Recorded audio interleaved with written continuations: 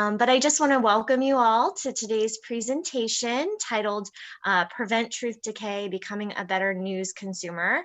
My name is Jenn Deuell. I'm the Young Adult Coordinator with Richmond Public Library.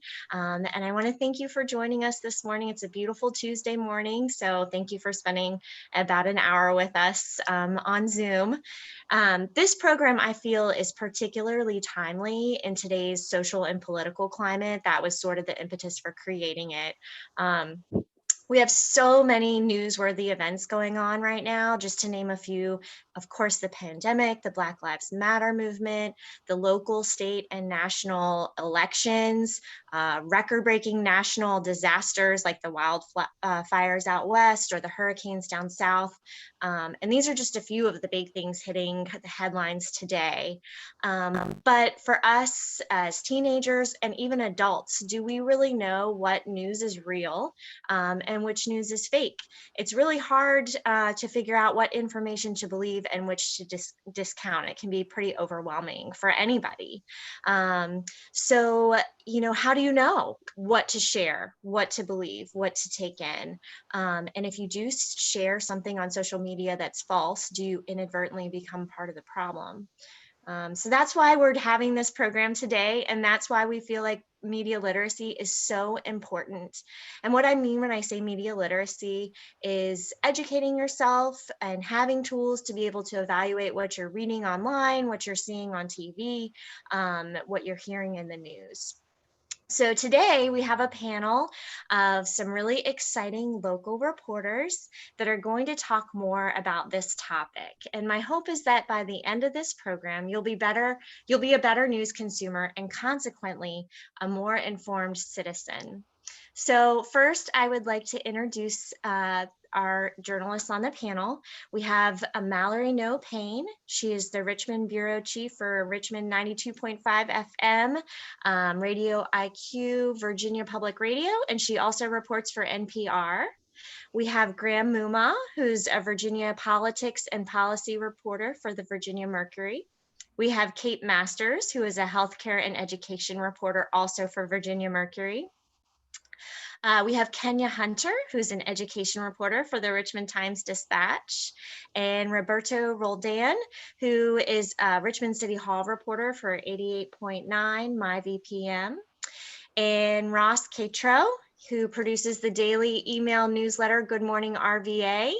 And hopefully joining us in just a few minutes, she's caught up in some work stuff. We have Sabrina Moreno, who's a feature reporter for the Richmond Times-Dispatch. I know news doesn't wait, you have to be there when it happens, so we totally understand that she's gonna be a little late joining us. So welcome and thank you all. Program with a panel discussion between the journalists. I'm going to present some questions for them to comment on. Feel free to, as participants, post your own comments or say hello in the chat box. In the last 15 minutes or so of the program, we're going to do a brief Q&A. So if you would like to have questions answered by the panel specifically, please use the Q&A function in the meeting to post those questions there, and then I will ask them to the group. So without further delay, let's go ahead and get this started.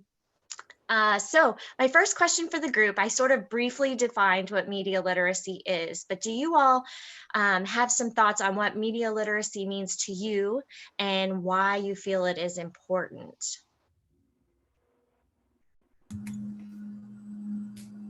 Welcome, Sabrina. We're just getting started. Hi.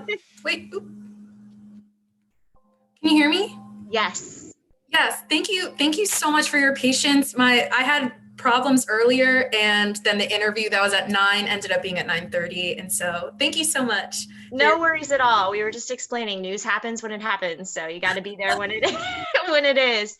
So we were just starting out on our first question, which is, what do you feel like media literacy is? How do you define it, and why do you feel that it's important for teens and adults to be media literate? And anybody can join in. I think media literacy is really, in a simple definition, to be able to identify different types of news, because I think we all get confused. There's documentaries, there's reported news, and there's editorials, and I know we often get confused between editorials and like what is opinion and what is actually the news. And I think it's important to be able to identify those things because um, I think with reported news, it's just the facts, right? Reporting is just the facts, whereas op-eds and opinion, like things that people write for opinion, are about the news that they use, and they use facts to form that opinion, which is what you are to do as a consumer too, right? And so I think that's why it's important. I think it's important not to get those things confused, those two particular things, because and also understanding when there's an agenda clear in when you're consuming media. I think it's important not to get those confused because ultimately it's up to you how you think of the world around you. The job of a journalist is to simply, kind of tell what's happening and give all the context for that. The job of the op-ed team is to kind of speak for what your outlet might really think of that, like where your outlet might stand on that. But your job ultimately is to decide what you think about the world that you live in around you with the news. Yeah, and I think a really important aspect of media literacy, especially now, is just how to respond to social media. There's just a flood of information coming at everyone now from all different types of sources, and just being able to separate what is reliable and what's not is one of the most important things that you can do. And I think the presidential election and the way that has gone is the perfect example of why it's so important, where you have all this stuff out there suggesting that there was, ballots being discarded or there was fraud happening. And so far, none of that stuff has really turned out to be, true when it's been looked at by, professional reporters. But there's still a significant number of people out there who are convinced that the election was fake and we don't know who the winner is. And I think that's why it's so important. It's, we've got to have a common set of facts and knowledge. We need to know who won the election and have some confidence that we're all operating from the same set of facts in order to move forward as a country. Yeah, I totally agree. And I feel like, as a news consumer these days, it's almost important to really just develop a list of trusted, media sources that you feel confident are going to be, like a consistent and reliable source of news. And like Kenya said, I think, there's a big difference between recognizing that certain outlets might have come from things from a certain perspective. Like it's pretty well known, these days that Fox News has a very, right-wing perspective on the news, while an outlet like Mother Jones takes a more, progressive tack. So, I think it's, as a consumer, it's kind of important to do your background research these days and just kind of get a sense of where outlets are coming from, and how reliable they are at just getting the facts right. Yeah, and I think building off what Kate said, it's like almost, I think in the digital age, it's almost harder than just like understanding when it's like an opinion versus a documentary or versus like a news article. You also have to sort of see what kind of website or news source you're looking at, because there are a lot of places where, I mean, it's as simple as looking at a story and trying to figure out, was there an actual person who talked to people and reported this? Or is this some sort of site where they're aggregating someone else's work and then sort of throwing their own spin or opinion on top of it? And then even then, if they did talk to people, how many people did they talk to? Who did they talk to? Because there's so many different like think tanks now and policy institutes and things like that who are pushing a specific agenda. So I think unfortunately, I think a lot of media literacy also comes down to like researching who the people are that they're talking to as experts, because I think there's sort of a mill now of experts who are willing to sort of speak for one side of an issue. And I think I also, with media literacy, I think there's also the other layer to this where I feel like news outlets have made it seem like it's also the community's responsibility to be, part of this definition of media literacy. And while I think it's half that, or maybe just like a part of it, I also think that news outlets also have a major responsibility to understand the history of why some communities over others might not have the same level of media literacy, income, education. Black and brown communities have famously had a lot of barriers to accessing information. So it's also kind of like, what are news outlets doing in that regard to be to being able to provide the same level of access as someone who might be reading different newspapers every day. And like for me, I read, if there's one thing being said, I always make sure to read like 3 to 5 different like papers. But that also is a privilege in and of itself, that I know to do that and also can access 3 to 5 different papers. And so it's kind of that diversification of where you're getting your news. But I think the industry also needs to realize that we're part of the problem in why some communities are having that barrier. But I do think media literacy, also part of that is how the industry works, how people get those articles, how they write them, but also not relying on only one source to do that. And I think that's a really big part too. Yeah, and I think that leads, really well into my next question. Once you've sort of figured out that this is a legitimate news article or written by, a professional journalist, then the question is, do journalists have an ethical responsibility to report accurate and unbiased news? And even building on what you said, Sabrina, do they have a responsibility to create access and education even for communities with regard to news? Oh, Kate, were you going to say something? Well, I was just going to say that, for professional journalists, reporting accurate and unbiased news is literally, our job description. So that's what you're always looking for in a journalist. And I would say that especially these days, like, how consumers access information is becoming, a big topic of conversation, especially as more local papers struggle with, declining subscribers or declining ad revenue. It's always a question where, sometimes as a consumer, it can be frustrating because, you run into paywalls, or there's an article that seems really interesting and it's not always the easiest to access. So I think, like, again, investment in, one or two news sources that you really trust, regularly for your day-to-day news is a good investment. But then also I think that, it's becoming a real conversation within the industry. And that's why you see, newspapers and other outlets who will make, information on COVID-19. They'll take that out from behind a paywall so everyone can access it. Or I've seen a lot of papers do that for the election, because obviously that's something that it's a vital public interest. So everyone should be able to read it. I just want to chime in here real quick. I think it just takes a little bit of patience. It can take a little bit more time than maybe we're accustomed to giving something, to do a little bit of research. And it can be as simple as, this is going to sound like the stupidest thing in the world, but how often do you click on a link and you go to a news site, and in order to read the story that you want to read, you have to take a little survey, right? That happens to me all the time.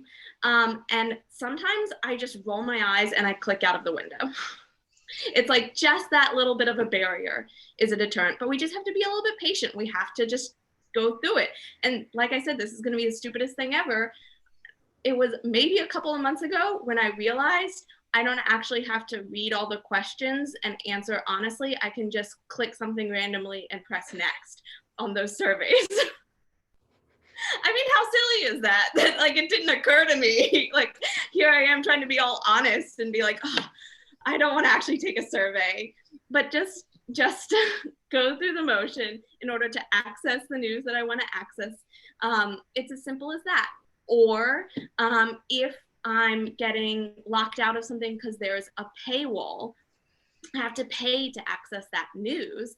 I understand that's not always an option, but maybe your school, your librarian has a login for something, and you realize that you constantly keep seeing news sources from your local newspaper or from the New York Times, and you decided that that's something you want to read more often. Go to your librarian and say, is there a login for this that I can use on my phone or on my school laptop? And that way, it's just a little bit of a hurdle, but once you do it one time, then all of a sudden you can access it and you can share it with your friends and family too. Yeah, I have. Hey, this is Ross. I am not a journalist. I would not call myself a journalist, especially on this panel of awesome actual journalists. But I think like we're in like a fun time. Well, I don't know if it's fun. We're in an interesting time period where all of these people on this panel, I think, looking at scrolling through the list, are all on Twitter, and they all have their own Twitter accounts, and they all share a lot of their reporting on Twitter, and they share like stuff that would get cut from the article that I find fascinating. So I think if you're like looking for access beyond just what shows up in the paper, I think following all these folks on Twitter is like a great recommendation. Plus, it goes back to kind of the first question of media literacy, where you can follow these journalists and you can get a sense of who they are as people and like what they value and what's important. And I think that can contribute to your understanding of their reporting. I was going to say, as far as, do journalists have an ethical obligation to report accurate, unbiased news? Yes, most definitely. That's in the Society of Professional Journalists, code of ethics. I think, however, the way we've interpreted bias, I think, has been pretty harmful. And when I say that, I'm thinking about how when I first got to Richmond, there was a pandemic that was still ravishing through Black and Hispanic communities. I am also thinking about how I got here. The monuments came down within a matter of weeks. And we're talking about this movement for Black lives, and there are internal conversations happening across newsrooms across the country of what type of reckoning we need to have because of what role the media has played. And so, but I think when we're talking about not being biased, I think we failed to offer certain context to things because it's seen as bias. I also see that, I'm thinking about how lately I've been doing a lot of reporting on suspensions in schools and how it's affected mostly Black students, and then more recently graduation rates, and how we're talking about how English language learners are still not graduating and like losing gains in graduation, but failing to add context to what role did the state play in massive resistance and how that has harmed communities, and things like that. And so I think when we're talking about not being biased, I think it's important that we always add context, no matter how biased it might seem, because there are people who are just going to say that you're being biased just to say that, when in reality you have to add that context to understand what is going on. And yeah, that's what I think. I do think we do need to be because without that context, it's not accurate, right?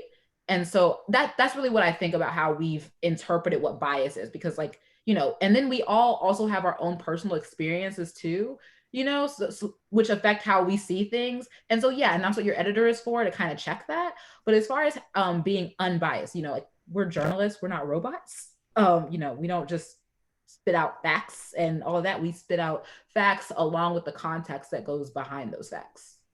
I hope that made sense. Yeah, and I think, and I love what Kenya said. Kenya and I talk about this all the time, especially, there are some people who might think of like my just existence as like an immigrant as being political, right? Or like being queer as political, like being a woman as political. And it's like, and I take issue with that just because I think that makes this industry better. I have experiences that, my white colleagues might not even think is like actually a part of a story. And I think that's where reporters really have a responsibility to challenge that. And, when it's a threat to a structure, people are going to call it a bias. But I think it's being a better reporter and understanding that policy and politics is personal because this is impacting people's lives.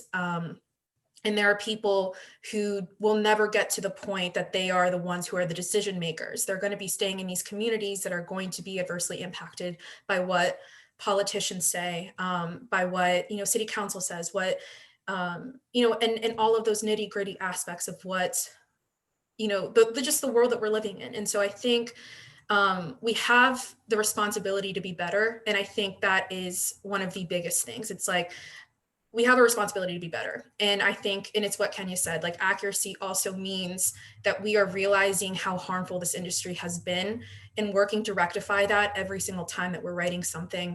And it's not, and some people do see that as a bias, like talking to people who are actually impacted, that can be seen as a bias. But I think also, I think we need to be also talking about being fair, and being fair means you have those experts, you have those politicians, you have people who are higher up, but you should also be having, people who are actually going to be facing the brunt of this. And I think that's what powerful reporting is.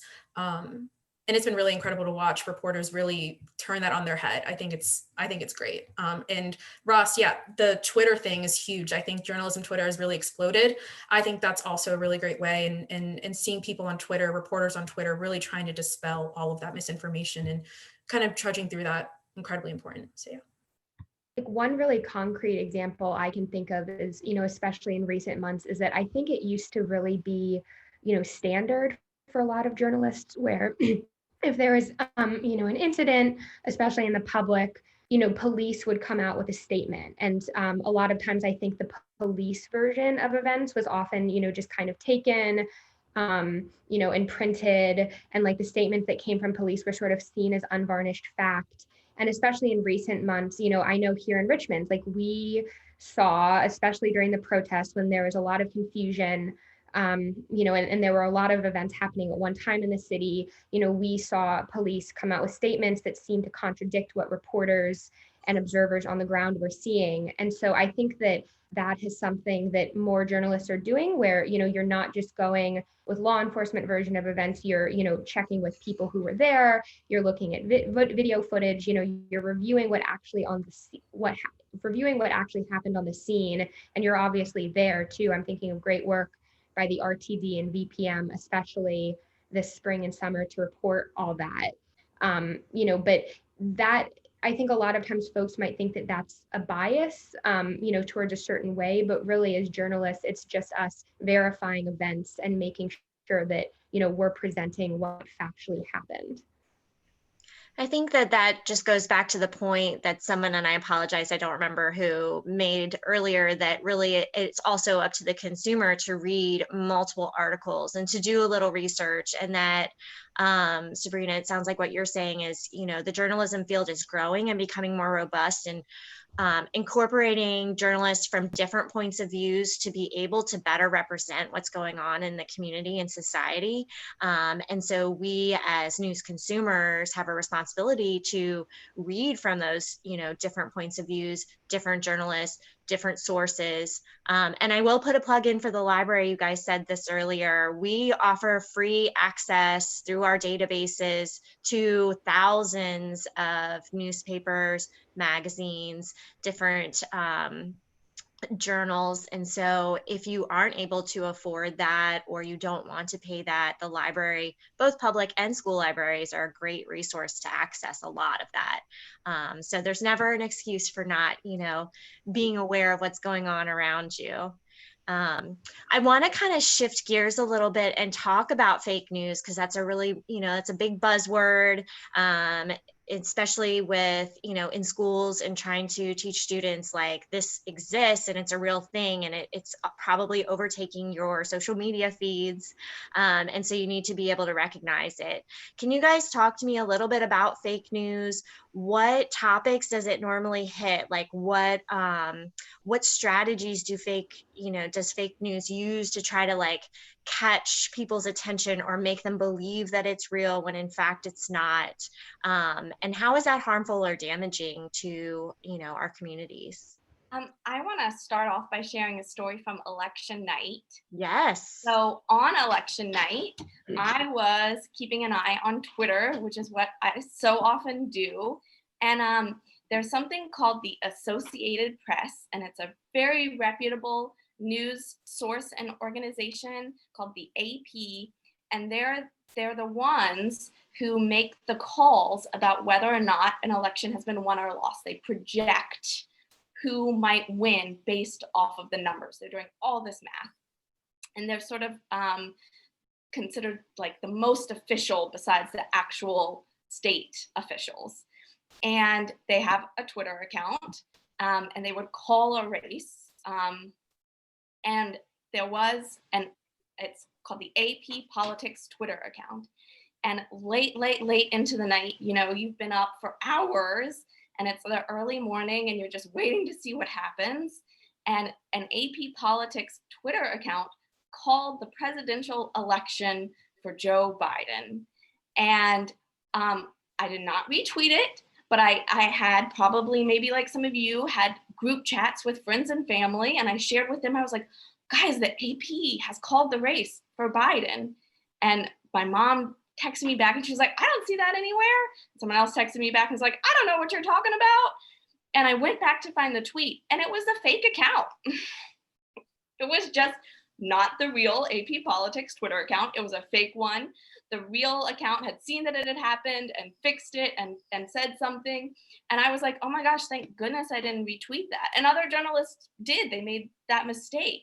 And I think the point is just that even like the most seasoned of us, the best of us can get caught or tricked. And so it's not easy. And I'm sure all these guys are going to chime in with tips and tricks, but I just wanted to make the point that it's not easy. We do make mistakes. And if you make a mistake, you say something and you fix it. You know, I told my friends and family, I was wrong. But they're out there. And so I'm going to let everyone else chime in, but I wanted to share that story. Someone asked, how did you know it was fake? And like one of the go-tos, like, because this also happened during protest, you know, and then some do it as like something funny, like some people over the summer, like made a Twitter that looked like Richmond Police's Twitter, but it like wasn't. And so one of my go-tos is something great that Twitter has is that it'll say when you created the account. You know, AP Politics would not be creating an account in November 2020 and only having like 13 followers or only having 2 tweets. Like, you know, the AP is like a very established thing. And if you go to like AP Politics' actual Twitter, they have, I'm pretty sure they have like millions of followers. And they also have like thousands and thousands of tweets, you know? And so I think that's a really great way, especially on Twitter, to be like, hey, this is not real, you know, and they just opened it, or like, a lot of people who don't like you, we also have like the bots and, you know, and they love to troll reporters on Twitter as well. And when you click on them, it'll say that it was like created November 2020. So it's like not exactly really a real person. And that is also a really great way. So it's, I would say, follower count, when the account was created, how many tweets they have. And I'd also, before you hit that retweet thing, little button, I would go through and read what their tweets are, because there are some people who are actually like real people who just like want to just spread misinformation. And you notice kind of who they're sharing or who they are, or like what they're saying. And so like, I've seen a lot of people will share like Daily Caller and like Breitbart. And when you click on those articles, there's like nothing really that verifies what they're saying, or they'll just be spouting things. And so I think that's also a really great way. Like what are they usually sharing, and what are they usually writing about on their social media? And is that a trustworthy thing? And so, and checking with a reporter, following reporters is a really great way too. And to just be like, well, have they said that? So yeah. Yeah, and building off that, I had an example actually from last night. President Trump, I think one of the things that makes media literacy pretty hard and spotting fake news hard is that a lot of organizations that want to misrepresent the news, or people who want to misrepresent the news, will like have some basis in, like, they'll just sort of take like bits and pieces of truth and then sort of shape them in a way that sort of confirms whatever they're trying to say. Like, for example, yesterday in Clark County in Arizona, there was a local county commission race where, because the margin between the 2 candidates was between 10 votes, and they found, I think, like 100 discrepancies or like 100 ballots that they weren't sure if there was something wrong with them. They were like, we can't, because it's within 10 votes and we have all these discrepancies, we're just going to have to redo this race. But then someone who was sort of pro-Trump retweeted it as Clay County is throwing out 153,000 ballots in the presidential race, which is like, would be a huge deal. Like 150,000 people who voted for president, they're just throwing their ballots away. And then the president retweeted them. But if you clicked through the president's retweet to the person who tweeted them, you would realize that he's not a journalist. He's simply like adding commentary to a thread by an actual journalist.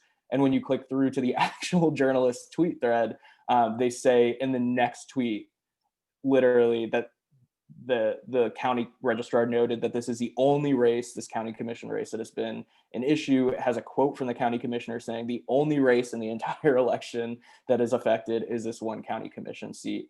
But if you sort of like take, I think, like bits and pieces of the truth and bits and pieces of what happened, you can sort of reshape it into to sort of fit your narrative. And I think that is something that makes fake news really hard to detect, is like if you're not reading those like first person sources, like if you're not reading exactly where things are coming from, then it opens up the opportunity for folks to just kind of sort of cherry pick facts.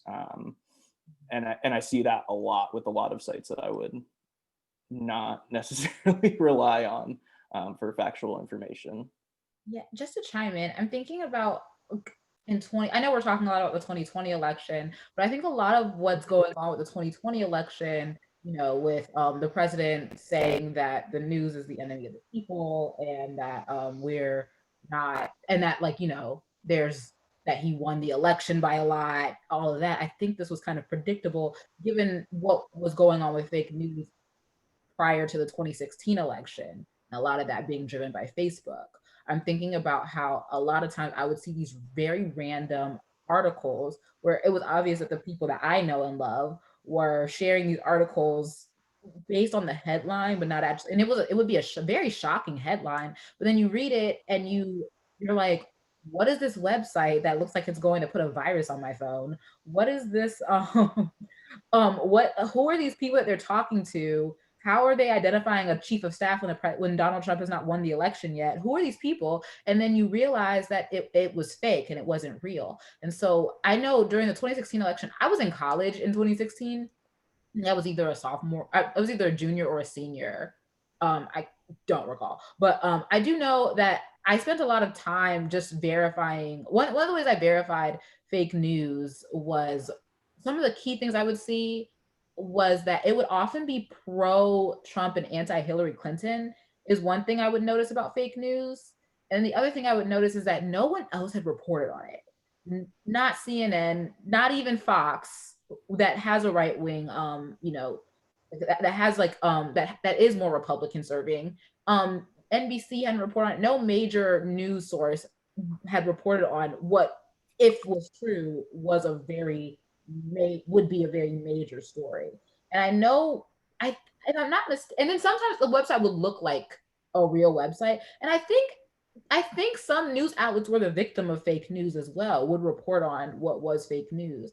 But yeah, I think it's tough when the president is kind of amplifying these claims that the election was not secure and all of that. But I think it's important to remember, like, recounts happen all of the time, literally all the time. I know, especially in Georgia, that's my home state, seeing what's happening in Georgia right now. Well, actually, recounts don't happen in Georgia all the time, unless not in a presidential race. Usually Georgia is like burgundy red, but this time around it wasn't. But I mean, that doesn't mean that the election was fake, but I think just this distrust in media is being fueled by politicians, but I kind of see it as, and I know Sabrina and I have talked about this, I kind of see that as taking advantage of what has been a lack of media literacy in Black and Brown communities, because the truth of the matter is, in Black and Brown communities, there has hardly ever been a trust in journalism, because Black and Brown folks are more likely to trust their communities than they are the news, because the news has quite frankly been rather harmful. And I think it's our job to attempt to become a part of that community, because if we're not, then folks are never going to trust us. As far as I don't really know how to wrap that up smoothly, but that's all I have to say. And I just wanted to say a quick thing with sorry, Graham. I almost think the term fake news is kind of too broad to really adequately get at what we're talking about, because it covers everything from the fake Twitter account Mallory was talking about to a partisan website like what Roberto was talking about, where there's like a shred of truth to what they're saying, but it's clearly distorted to fit a certain agenda, to just politicians just screaming fake news at stories they don't like, just to try to cast doubt on them and to try to get their followers to not believe something that is actually true. So I don't know exactly if there's like better terms to separate those out, but I do think the term fake news is a little overly broad in a lot of cases. Yeah, and someone said in the comments, their name is Nathan, but I think 100% fake news is also just like an easy way to dismiss anything that you don't like want to deal with intellectually. Like I think that like if if folks are trying to have a conversation with someone and they say they read X like article from the New York Times and this is what it said, a lot like the easiest thing to do would be like, well, the New York Times is fake news and like move on. So it like is a term that sort of denotes a real issue, but at the same time, a lot of people do just use it as a way to like dismiss having to engage with something intellectually that like might challenge their own beliefs. And that's unfortunate. I would say that broadly too, just, if I'm a news consumer and I'm going on Twitter, going online, and I see a headline and I'm trying to determine if it was written by like an objective journalist, one of the things that I look for is whether, the headline and the content seems really incendiary or like it's designed to provoke a reaction, in one way or another. Because, as journalists, one of like the first things we're taught, journalism 101, is that, you want to try and be neutral and objective and, presenting the facts. And a lot of times I'll struggle because I'll write an article and it'll be an issue with so much nuance, and I'll have spoken with a lot of folks who have different perspectives on it. And I'm like, oh, how do I wrap this up in a headline? Like, what is this story really about? But if you see a headline exactly where it's like 350,000 ballots, thrown away, like that's very likely not what happened. Or a perfect example from the most recent election is when Eric Trump retweeted a post from Virginia Beach that appeared to be people burning ballots, but if you just do a quick Google, you'll find a news article where, the headline is much less incendiary and the local voter registrar makes it clear that they were sample ballots. So they were not ballots that anyone had filled in or that would have been counted. So it is hard. I feel sorry for us as journalists. I feel sorry for news consumers because it, there's just so much online these days, but I feel like a basic Google, just double checking whether anyone else has reported it, and if you can verify like the outlet it's coming from, is just a really important trick. Jen, can I do a little game with the panelists really quickly? Sure. You make a point to I mean, I don't want to speak for everybody, but sounds fun. Okay, so I just am going to ask you all a question. I want you to raise your hand if the answer is yes. Does somebody else write headlines for your stories fairly often? If someone else writes the headline for your story, do you write the headlines for your stories, or in a job you've had, does someone else write the headlines for your stories? It's just at RTD. It's like they're half and half for us. Like it'll be sometimes like they'll be like, yeah, that's a good headline, and then other times it'll get switched in the copy editing stage, or like maybe there will be an update that is not what the original headline was. So it's but it was only. Let me ask you this: has there ever been a headline attached to a story that you wrote that you disagreed with? You were like, that's a bad headline for your story. Has that ever happened to you? I was gonna say, y'all got it good at the Virginia Mercury, y'all. The point that I want to make is that it's so important to read past the headlines, because even the reporters don't like the headlines sometimes. Other people sometimes write our headlines for us, or they're trying to make something really short out of something really long. It's as simple as that.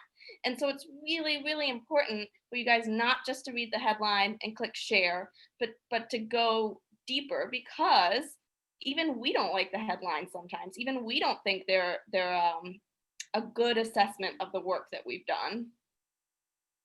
Yeah, and I think my like general rule is like the oh dang rule. Like if you come across something and it makes you go, oh dang, it like you should look into it a little bit harder than just immediately resharing it. And I think you mentioned this, Jen, in your original question is like, should we feel like a part of the process if we share misinformation? And yeah, like you're definitely causing harm by sharing misinformation. And so it's important to like do your due diligence, which can literally be just tap in the headline and like everyone else said, like, does the content match the headline? Does the headline make you say, oh, dang, is it bio? Has anyone on this panel talked about it? I think all that stuff's important. I also think it's important to learn reporters' beats so you can know. Like over the summer, it was like Roberto and Sabrina were like out there at the protests every single night, getting pepper sprayed in the face or whatever. And like, so you could go and look at them and look at their feeds and look at what they're reporting to see if anything had happened, and see if their accounts match up with whatever you might have read. And that's just like a really easy tool to see like what's going on, because those folks, that's their beat. They're in the field, they're doing it. And to Mallory's point about headlines, I mean, there is, in the industry, there is an incentive to kind of make headlines as, jazzy, as spicy as you possibly can. And sometimes that does lead to headlines that maybe are go beyond what the story actually says. But that incentive is there because the truly fake viral stuff is so, it grabs your attention. A story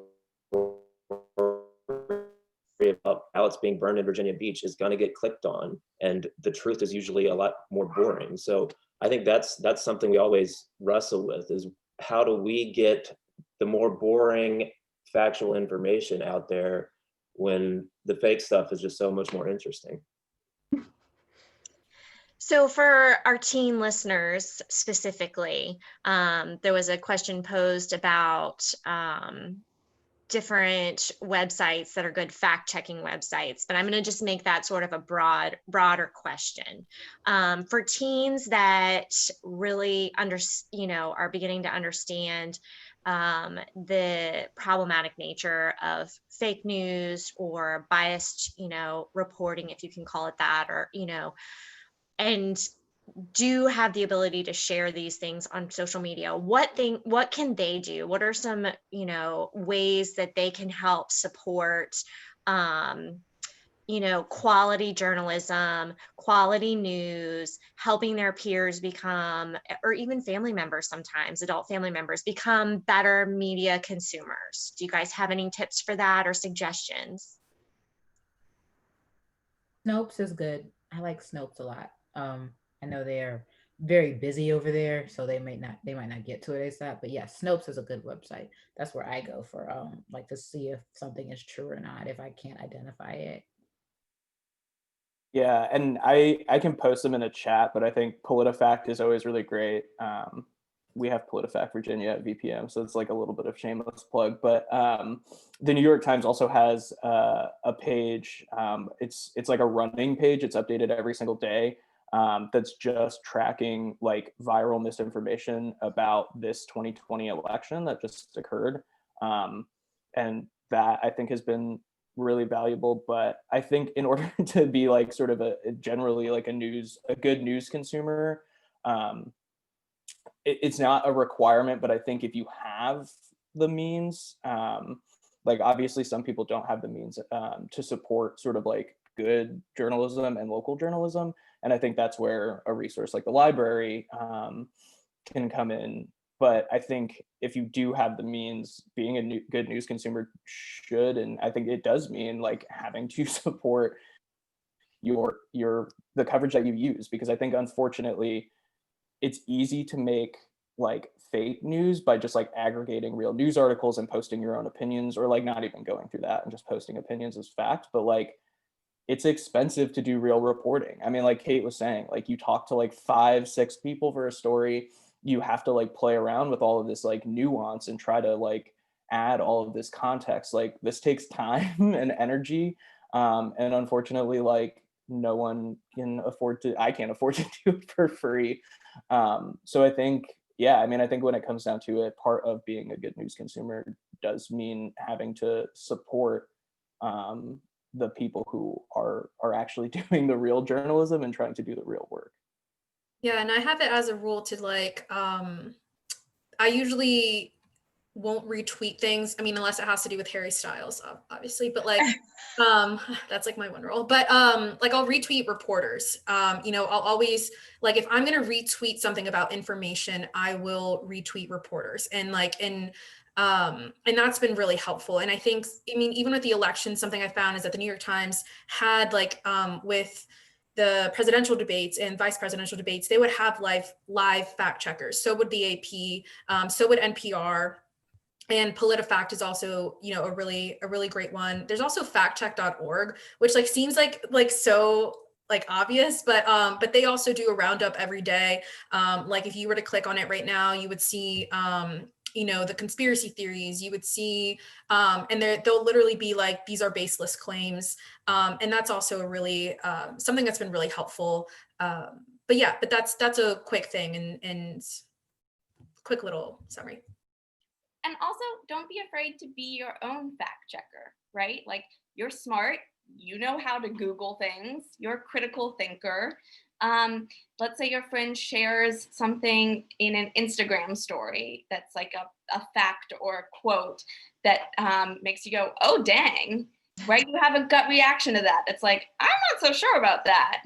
Plug it into Google, right? Copy and paste it, plug it into Google, see if you can find the same information on a source that you trust, the New York Times, the Washington Post, NPR, Slate, whatever, right, in a non-opinion piece. And then the flip side is make it easier for other people to do that to you. If you share something, you know, you retweet something or you share something in your Instagram story, include a link to where you got it from so that it becomes easier for someone else to do the same thing to you. That's a good way to kind of be a responsible information sharer. I think those are all really great points. And Roberto, thank you for posting some of those links in here. I will save those and send those out in an email afterwards for everyone to kind of keep and file away for their future information. We are at a point for Q&A. You guys have shared some really awesome things to think about.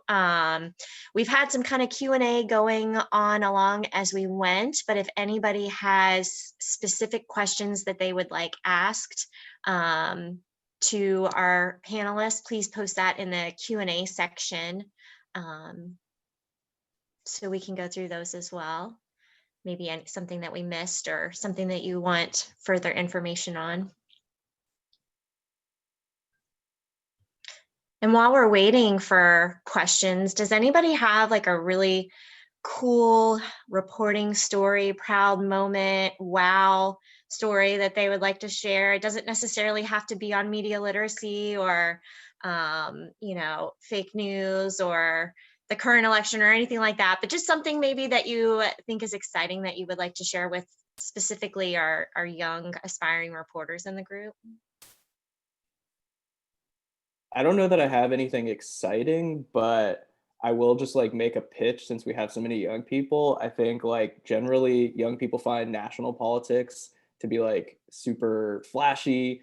It's like at the moment very divisive, and there's like no shortage of like interesting headlines, but I think like so much important work happens at the state and local level, and a lot of it more directly impacts you and your community. So like this is just a pitch, like care about your city, like know what's going on with your city council, like know what your mayor is up to, know what your governor is up to, and try to follow like the state legislative sessions. Because I think a lot of younger people really just make that jump to caring about national issues when there's a lot of important stuff happening at the local and state level. And I think probably everyone on this panel agrees with me on that. That's a really good point, Roberto. Thank you. I will shout out panelist Kenya Hunter, who is doing school board coverage, like teens that go to school, like y'all have an interest in, will you return to school if you're in the city of Richmond, right? Like our reporter from the RTD that covers the Richmond Public Schools Board is in my Zoom, like right here. And I think you should follow her reporting so you know what your elected officials are saying about whether or not you go back to school in the city. Having a link in your, oh, sorry, Kenya, no, I was gonna say that, like exactly that, Ross. Thank you. Yeah, I am covering reopen. I don't know how many kids are in Richmond Public Schools here. I cover Richmond and Henrico schools right now. I believe I'll start covering Hanover schools soon. I am not sure about that yet, but I have done reporting on Hanover. So I'm pretty much, you know, doing the Metro Richmond area. And then my colleague Jess Nocera covers Chesterfield Public Schools. I've been doing a lot of reporting, not just on the school. I don't just report on the school board, but what I will say, to piggyback off of what Roberto said, you know, school people who are on the school board often end up on city council. And so, you know, it's not, I think it's important to pay attention to the school board, not only because they're your school board folks, right? But because, you know, you can kind of get an idea of how people are thinking and who has aspirations and who wants to go to city council, and then you'll know how your city will end up shaped. The other thing that I'm also reporting on, just a shameless plug, that I've been really enjoying reporting on, I've been doing a lot of reporting on the Maggie Walker Governor's School and the diversification process there. Maggie Walker is the governor's school that I do not know if Tim Kaine started out on the Richmond School Board. Does anybody know that? Oh, I think he did. See, exactly. Wow. Once a vice presidential candidate started on the Richmond School Board, that's important. I did not know that. But you know, I think like with the Maggie Walker Governor's School, I've been really happy to report on that because Maggie Walker is a governor's school that is housed in a building that was once a school for Black students during the time of segregation. It was Maggie Walker High School and Armstrong High School. And now Maggie Walker, being a gifted program, you know, gifted programs have historically gate-kept Black and Hispanic students out of those programs just due to different barriers, whether it's testing or transportation or what. And now the Maggie Walker Governor's School has less than 10% Black students there and just about 1% Hispanic students there. And so reporting on their diversifying process, because the school made a pledge that to, you know, be anti-racist towards Black students. And so I've been following that and their commitment to that with their strategic plan, with their, they're right now considering removing their admissions test. So I've been really happy to report on that. And I think you guys should follow it because one of my goals in my reporting is, you know, we're talking about like the fact of the matter is there are a lot of inequities in schools that, you know, stem from massive resistance in the states, which was state sponsored. And my goal is to kind of contextualize that and have kids understand that those inequities are not their fault. It's not the fault of where they're from. It's not the fault of whether they live in Mosby Court or whether they live in the Tuckahoe district. It's to make that clear, but instead to hold accountable those who are in charge of the funds and all of that, because, you know, these things that children deal with in schools are ultimately a lot of response to the massive resistance to integrate schools. So yeah, and if you want to, you can follow me on Twitter. It's Kenya the Hunter. I tweet a lot on there. Yeah, that's one thing I've been excited to report on. I feel like being a journalist is just like you get a firsthand look at history. Like one really cool thing, you know, that I got to, you know, be a part of, I guess, like this, you know, this past year I was at the press conference when, you know, Governor Ralph Northam announced that the Confederate monument, in particular, the Robert E. Lee Memorial, was coming down. And it sounds really cheesy, but I literally just got chills thinking about how momentous this was, you know, for the former capital of the Confederacy to finally be rejecting that part of the history. I mean, like it was really chilling and meaningful for me to think about, you know, all the people of color who have lived in Richmond and, you know, been sort of confronted with that statue and that reminder, you know, that this is what we have chosen to make our legacy day after day. And so, you know, I think a lot of times, you know, you see journalists on TV and movies and it's either them being kind of shady or it's them like running out, you know, and like sort of a glamorized portrayal of what they do. But ultimately, I think it's just really amazing to be, you know, have that sort of front row seat to history being made. It's a great point. And someone actually asked in the because something you just mentioned, you know, Confederate monuments coming down. You know, I wrote a few stories on it and my email blew up from people saying that we were erasing history. And, you know, that's a very common thing that was said. And someone in the chat asked, how do you handle reporting on people in the news who are making false claims or saying things that aren't true? And I think that's a really good segue to that because there's been a thing in journalism where it's like, oh, other siding it, right? Like if you say something, you need to other side it. And for this, disagreeing with something that someone says doesn't mean that you're right and they're wrong. And with this, it's also like, if someone is saying that racism doesn't exist, it is not a reporter's responsibility to put that in the paper. I think that's sharing misinformation.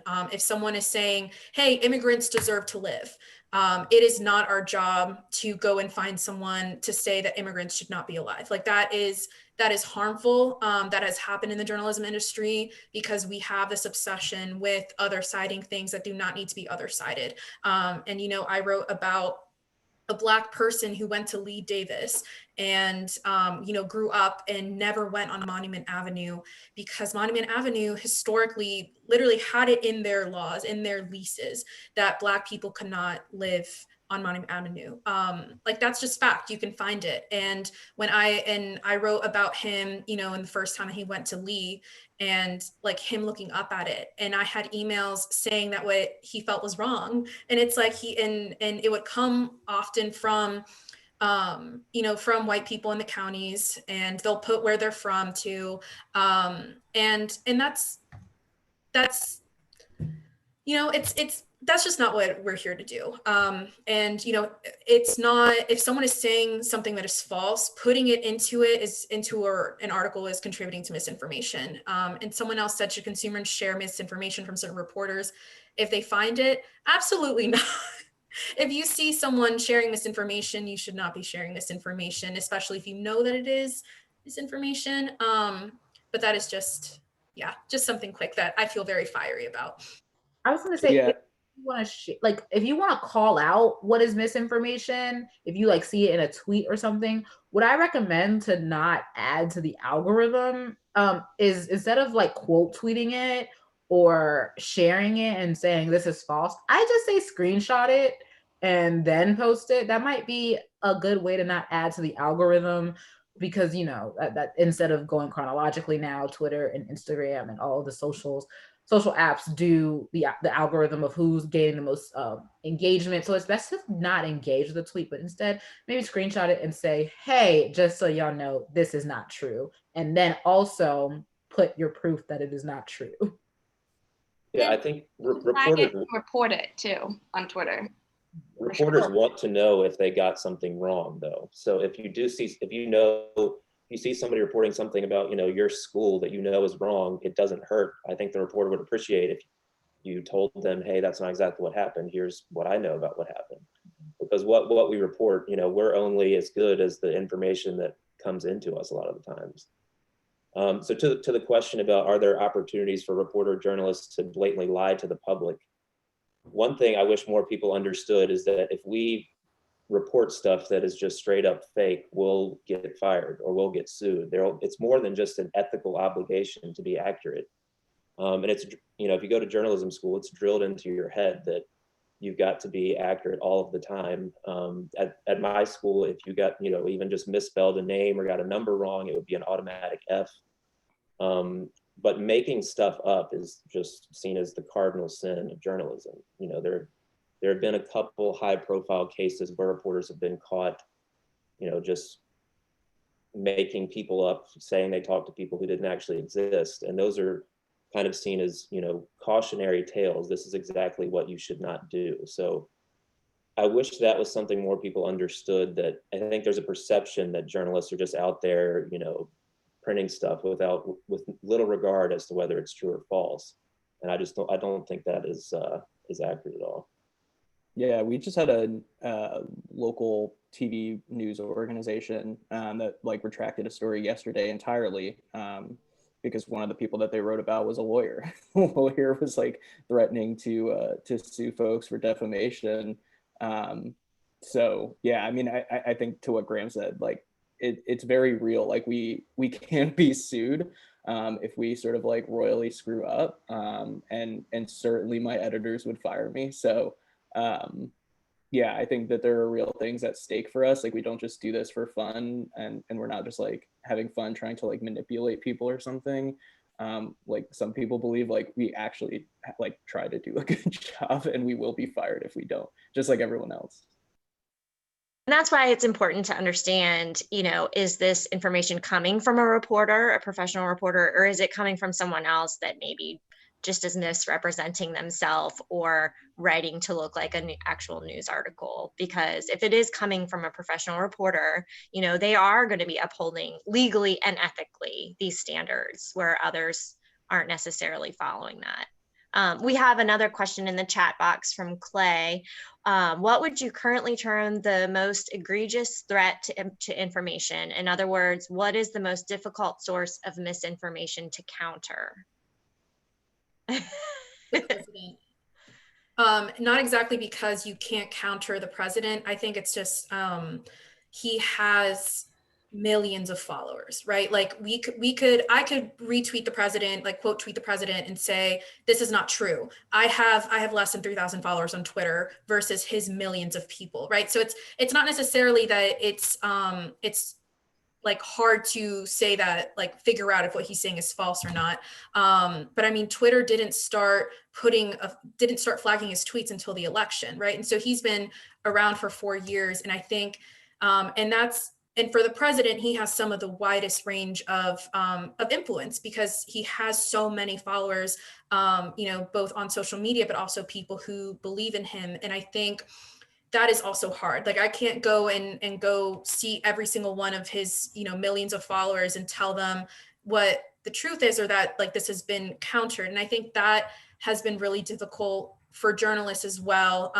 And that can also go with just influential people. I mean, especially right now in the age of influencers, where we're talking like people who became famous on TikTok who have 80 million followers, like Charli D'Amelio has almost 100 million followers. I think that's also can be a threat. And because I think they have a lot more influence than reporters do, they could share something that goes to millions of people.